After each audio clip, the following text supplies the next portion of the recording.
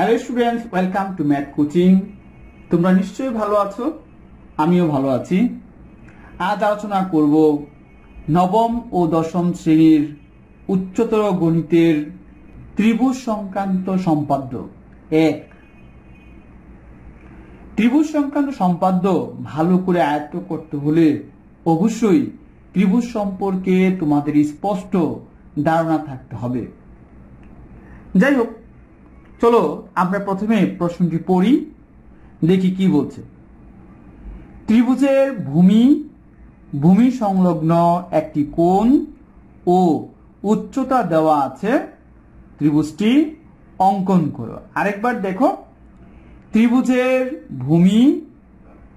ভূমি সংলগ্ন একটি কোণ ও উচ্চতা দেওয়া আছে, ত্রিভুজটি অঙ্কন করো।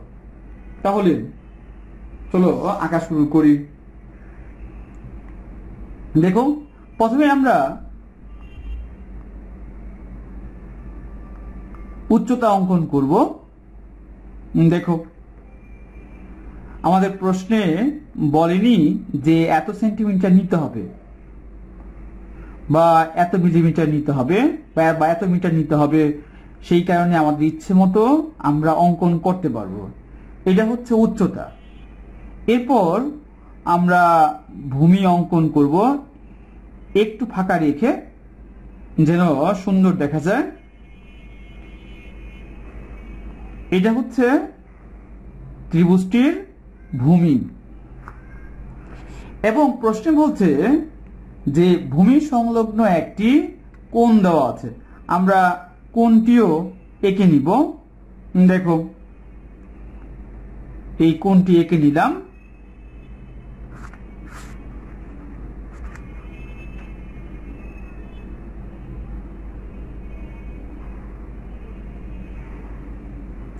এখন আমরা এদের নামকরণ করব। যেহেতু উপরেরটা আমরা উচ্চতা এঁকেছি, এটার নাম দিয়ে দিলাম এইচ।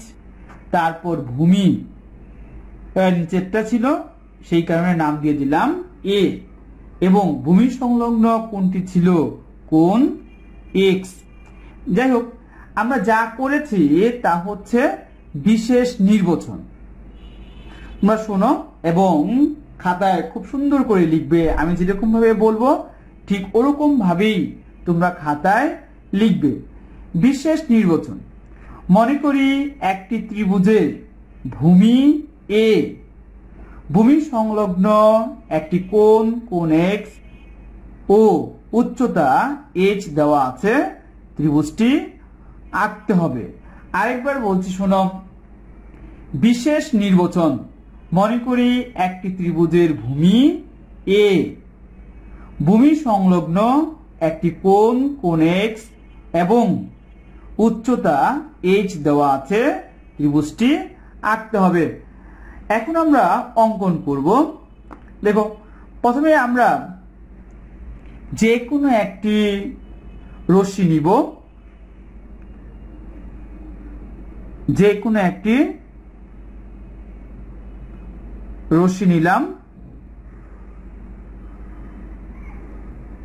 যে কোনো একটি রশ্মি আমরা এখানে তীর দিয়ে দিব, তীরের মতো করে, এবং নামকরণ করলাম বি ডি।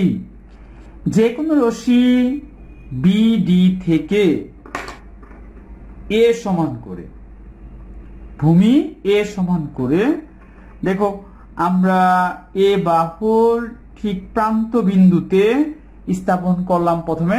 দেখো, তারপর আমরা সমান করব এ সমান। দেখো সমান হয়েছে কিনা, না?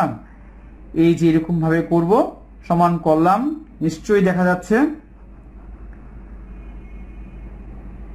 যে কোনো রশ্মি বি ডি থেকে ভূমি এ সমান করে বি সি কেটে নিব, বিসি কেটে নিলাম, তার নাম দিয়ে দাও সি। আর বিসি সমান হচ্ছে স্মল এ, মানে এ বাহু সমান করে আমরা বিসি কেটে নিলাম। এরপর বিসি বিসি রেখাংশের বি বিন্দুতে লম্ব অঙ্কন করো। দেখো তোমরা সবাই লম্ব আগে অঙ্কন করেছো, এখন দেখো আরেকবার দেখে নাও। আমরা ইচ্ছে মতো লম্ব অঙ্কন করব, যে কোনো মাপ নিয়ে বি বিন্দুতে স্থাপন করে আমরা লম্ব অঙ্কন করব। দেখো বি বিন্দু স্থাপন করেছি, লম্ব আঁকছি।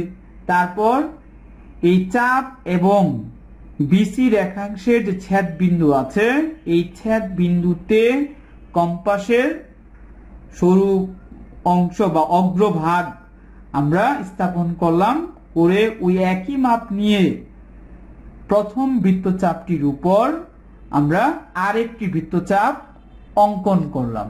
দেখো দেখা যাচ্ছে কিনা। তারপর এই আগের বৃত্তচাপটি আর এখন যে বৃত্তচাপটি অঙ্কন করলাম তার ছেদ বিন্দুতে কম্পাসের অগ্রভাগ স্থাপন করো, করে আবার প্রথম বৃত্তচাপের উপর আরেকটি চাপ অঙ্কন করলাম, ঠিক একই মাপ নিয়ে ঠিক একই রকম ভাবে আবার উপরে চাপ অঙ্কন করলাম, ঠিক এই ছেদ বিন্দুতে স্থাপন করে কম্পাসের অগ্রভাগ আরেকটা বৃত্তচাপ অঙ্কন করলাম। এখন এই যে ছেদ বিন্দু, এই ছেদ বিন্দু, এই উপরের যে বৃত্তচাপ দ্বয়ের ছেদ বিন্দু আর বি বিন্দু বরাবর আমরা রেখা টানব। টানো।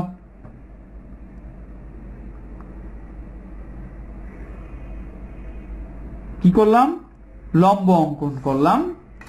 এখানে তীর দিয়ে দাও, একটা নাম দিয়ে দাও পি।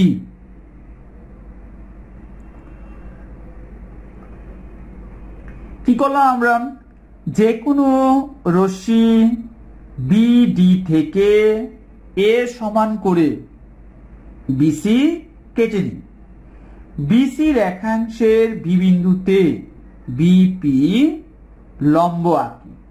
এখন বিপি থেকে এইচ এর সমান করে, বিপি থেকে এইচ এর সমান করো,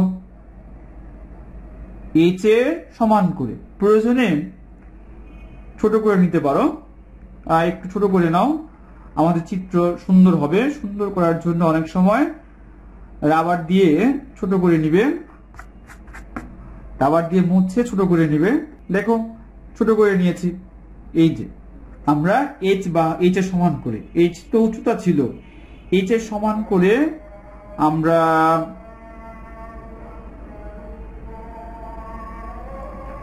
এইচ এর সমান করে বিপি থেকে এইচ এর সমান করে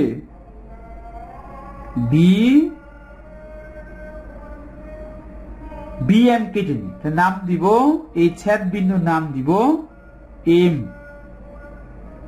দেখো আমি আরেকবার বলছি, যে কোনো রশ্মি বিডি থেকে এ বাহুর সমান ব্যাসার্ধ নিয়ে বিসি কেটে নিই। বিসি রেখাংশের বি বিন্দুতে বিপি লম্ব আঁকি। বিপি থেকে এইচ এর সমান করে বিএম কেটে নিই। এখন এম বিন্দুতে বিসি রেখাংশের সমান্তরাল করে এম এন রশ্মি অঙ্কন করব। দেখো সমান্তরাল করতে হলে এখানে যে লম্ব এঁকেছিলাম ঠিক এই কোণটার সমপরিমাণ আঁকতে হবে। দেখো সমান করেছি, সমান আছে, সমান করে নিয়েছি, সমান।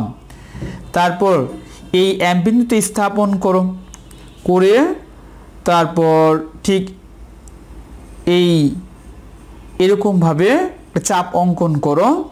চাপ অঙ্কন করার পর তারপর আবার বি বিন্দুতে স্থাপন করো। বি বিন্দু থেকে এই বি বিন্দুতে না, সরি, এই বিসি রেখাংশ আর বিসি রেখাংশ এবং এই যে বৃত্তচাপ আছে, এই চাপের যে ছেদবিন্দু, এই ছেদবিন্দুতে স্থাপন করে কম্পাসের অগ্রভাগ স্থাপন করলাম। তারপরে পেন্সিলের অগ্রভাগ ঠিক তোমার এই চাপ এবং বিপি যে রেখার ছেদবিন্দু ও সমান করে আমরা সমান করে তারপর এখানে স্থাপন করব।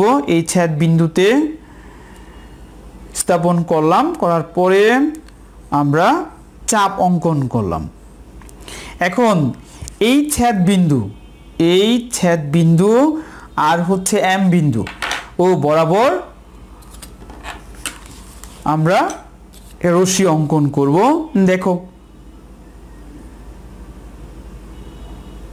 তোমাদের প্রয়োজনে খাতা ঘুরিয়ে নিবে, সুবিধা মতো নিবে। একটা নাম দিয়ে দিলাম এন। যাই হোক, তাহলে কি করলাম, এম বিন্দুতে বিসি রেখাংশের সমান্তরাল করে এম এন আঁকি বা এম এন রশ্মি অঙ্কন করি। এখন আমরা কোন এক্স স্থাপন করা হয়নি, আমরা এখন কোন এক্স স্থাপন করব। দেখো, বিসি রেখাংশের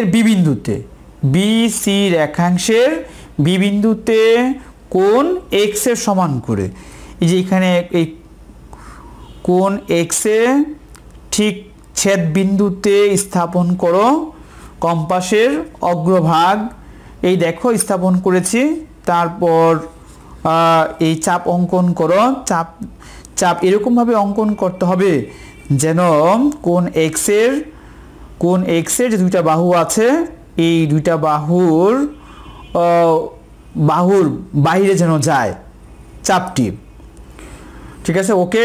তারপর এই বিবিন্দুতে স্থাপন করে আমরা এই যে স্থাপন করে চাপ অঙ্কন করলাম।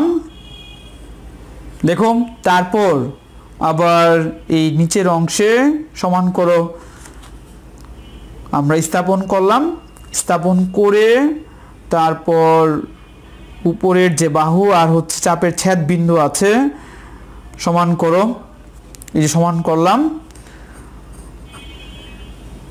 দেখো দেখা যাচ্ছে কিনা, এই যে সমান করলাম করে আবার এই বিসি রেখাংশ এবং এই চাপ এর ছেদবিন্দুতে কম্পাসের অগ্রভাগ আমরা স্থাপন করলাম। তারপর এই যে এখানে চাপ অঙ্কন করলাম।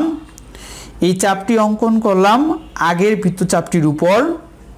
এই যে ছেদবিন্দু, এখানে হচ্ছে ছেদবিন্দু, যদিও একটু বড় হয়ে গিয়েছে কোণটি, সমস্যা নেই। আমরা এই বি বিন্দু আর হচ্ছে এই ছেদবিন্দু বরাবর এই রেখা অঙ্কন করব। রেখা টানো বি বিন্দু আর হচ্ছে ছেদবিন্দু বরাবর। হ্যাঁ, উপরের দিকে উঠিয়ে দিলাম একটু। একটা নাম দিয়ে দাও ই।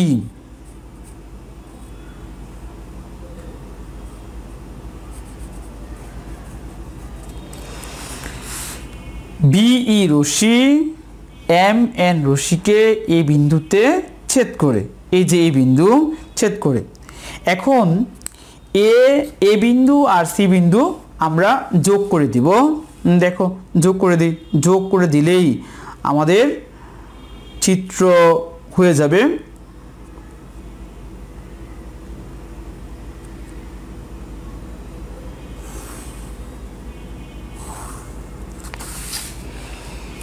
তাহলে এ বি সি উদ্দিষ্ট ত্রিভুজ। দেখো, আমি আরেকবার বলছি, বিশেষ নির্বাচন থেকে আমি বলবো আরেকবার, তোমরা খাতায় অবশ্যই লিখবে, সুন্দর করে লিখবে। আমি যেরকমভাবে বলবো পরীক্ষার খাতায় ওরকমভাবে লিখলে তোমরা ফুল মার্কস পাবে। বিশেষ নির্বাচন, মনে করি একটি ত্রিভুজের ভূমি এ ভূমি সংলগ্ন একটি কোণ কোণ এক্স ও উচ্চতা এইচ দেওয়া আছে, ত্রিভুজটি আঁকতে হবে। অঙ্কনের বিবরণ আমরা যেভাবে অঙ্কন করেছি ঠিক ওরকমভাবেই আমাদের বলতে হবে এবং খাতায় লিখতে হবে। দেখো, যে কোনো রশ্মি বিডি থেকে এ সমান করে বিসি কেটে নিই। আবার বলছি অঙ্কনের বিবরণ, যে কোনো রশ্মি বিডি থেকে এর সমান করে বিসি কেটে নিই। বিসি রেখাংশের বি বিন্দুতে বিপি লম্ব আঁকি বা অঙ্কন করি। বিপি থেকে এইচ এর সমান করে বিএম কেটে নিই। বিএম কেটে নিই। বিপি থেকে এইচ এর সমান করে বিএম কেটে নিই। দেখো আমি আরেকবার বলছি, বিপি থেকে এইচ এর সমান করে বিএম কেটে নিই। এখন এম বিন্দুতে বিসি রেখাংশের সমান্তরাল করে এম এন রশ্মি আঁকি।